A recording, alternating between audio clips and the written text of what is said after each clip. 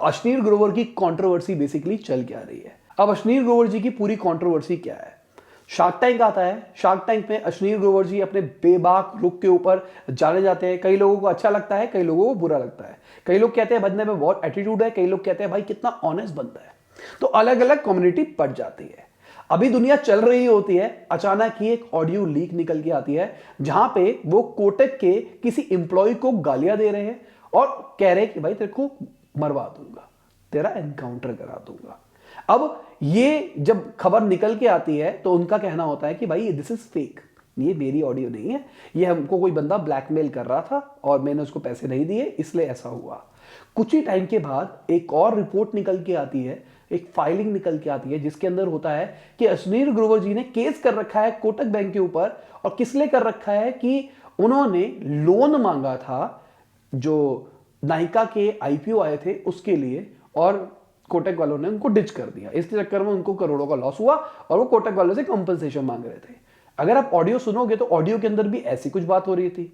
तो लोगों का कहना लग गया कि भाई ये अश्नीर ग्रोवर ही है। जो लोग शार्क टैंक देख रहे थे वो तो कह ही रहे थे कि भाई ये बोलने का तरीका तो उन्हीं का है। अब जब ये ऑडियो वाला सीन बढ़ता है तो भाई कोटक की तरफ से भी इनकी तरफ केस हो जाता है कि आपने हमारे एम्प्लॉय को थ्रेटन किया है।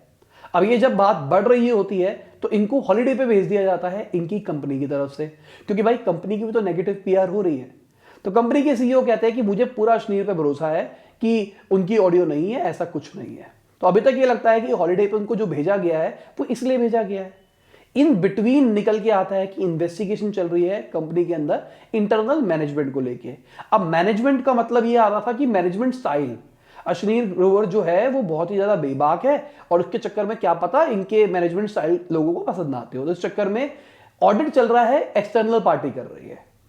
इन बिटवीन इनकी वाइफ को भी हॉलिडे पे भेज दिया जाता है। और जिनको नहीं पता ये हॉलिडे वाला सीन क्या होता है, दो तरीके होते हैं हॉलिडे के।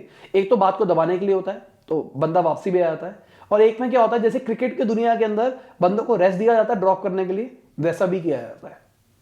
तो यहां पे अभी के टाइम पे ऐसा ही दिखाई दे रहा है, ये हॉलिडे एक तरह का ड्रॉप करने वाला सीन ही है।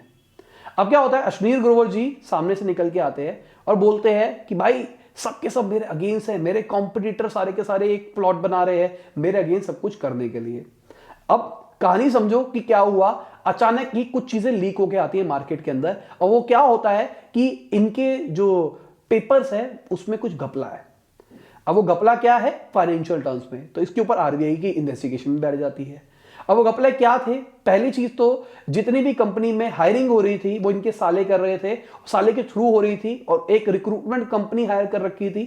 वो रिक्रूटमेंट कंपनी जो थी, जो एग्जिस्ट नहीं करती थी, उसको ये करोड़ों रुपया दे रहे थे as a part of consultation. तो पता लगा वो कंपनी एग्जिस्ट नहीं कर रही।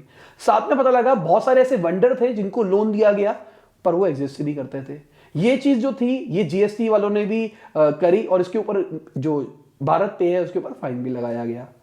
अब ये मुद्दे तो चल ही रहे थे, तो इस चक्कर में करप्शन के केस टाइप्स वाले निकल के भी आ रहे हैं। तो इस चक्कर में भारत पे के जो को फाउंडर थे अश्नीर जी, वो और भड़क गए।